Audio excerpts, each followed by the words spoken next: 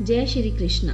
श्रीमद् भगवत गीता के 14वें अध्याय का महात्म्य। श्री महादेव जी कहते हैं, पार्वती, अब मैं भव बंधन से छुटकारा पाने के लिए साधन भूत 14वें अध्याय का महात्म्य बतलाता हूँ। तुम ध्यान देकर सुनो। सिंहल द्वीप में विक्रम बेताल नामक एक राजा थे, जो सिंह के समान पराक्रमी और कलाओं के भंडार थे। एक दिन वे शिकार खेलने के लिए उत्सुक होकर राजकुमारों सहित 2 कुतियों को साथ लिए वन में गए। वहां पहुंचने पर उन्होंने तीव्र गति से भागते हुए खरगोश के पीछे अपनी कुतिया छोड़ दी। इस समय सब प्राणियों के देखते देखते खरगोश इस प्रकार भागने लगा मानो कहीं उड़ गया हो। दौड़ते दौड़ते बहुत थक जाने के कारण वह एक बड़ी खंदक में गिर पड़ा। गिरने पर भी वह कुतिया के हाथ नहीं आया। उस स्थान पर जा पहुंचा जहां का वातावरण बहुत ही शांत था।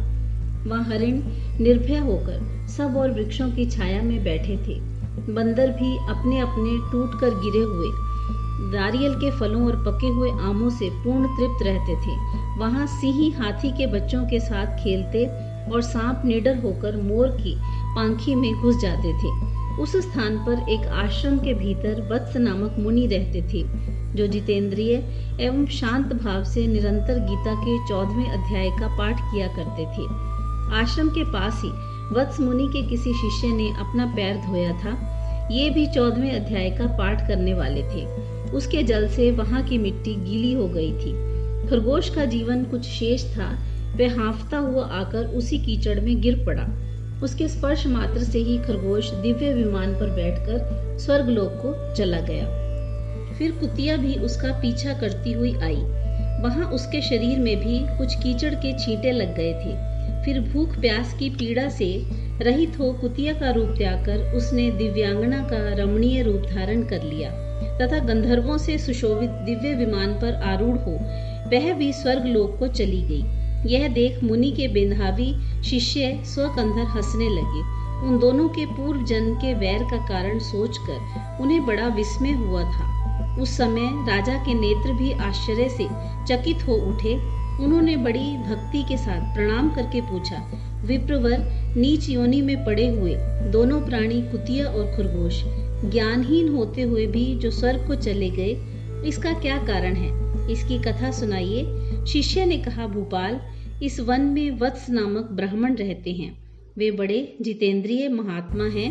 गीता के 14वें अध्याय का सदा जप किया करते हैं। मैं उन्हीं का शिष्य हूँ। मैंने भी ब्रह्म विद्या में विशेषज्ञता प्राप्त की है। गुरु जी की भांति मैं भी 14वें अध्याय का प्रतिदिन जप करता हूँ। मेरे पैर धोने के जल में लौटने के कारण वह खरगोश कुतिया के साथ ही स्वर्गलोक को प्राप्त हुआ। अब मैं अपने हंसने का कारण बताता हूँ।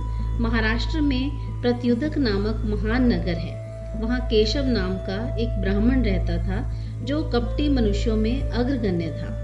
उसकी स्त्री का नाम विलोभना था।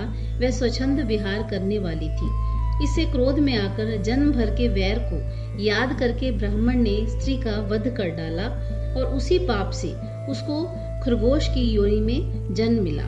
ब्राह्मणी भी अपने पाप के कारण कुतिया हुई। श्री महादेव जी कहते हैं, ये सारी कथा सुनकर श्रद्धालु राजा ने गीता के 14वें अध्याय का पाठ आरंभ कर दिया।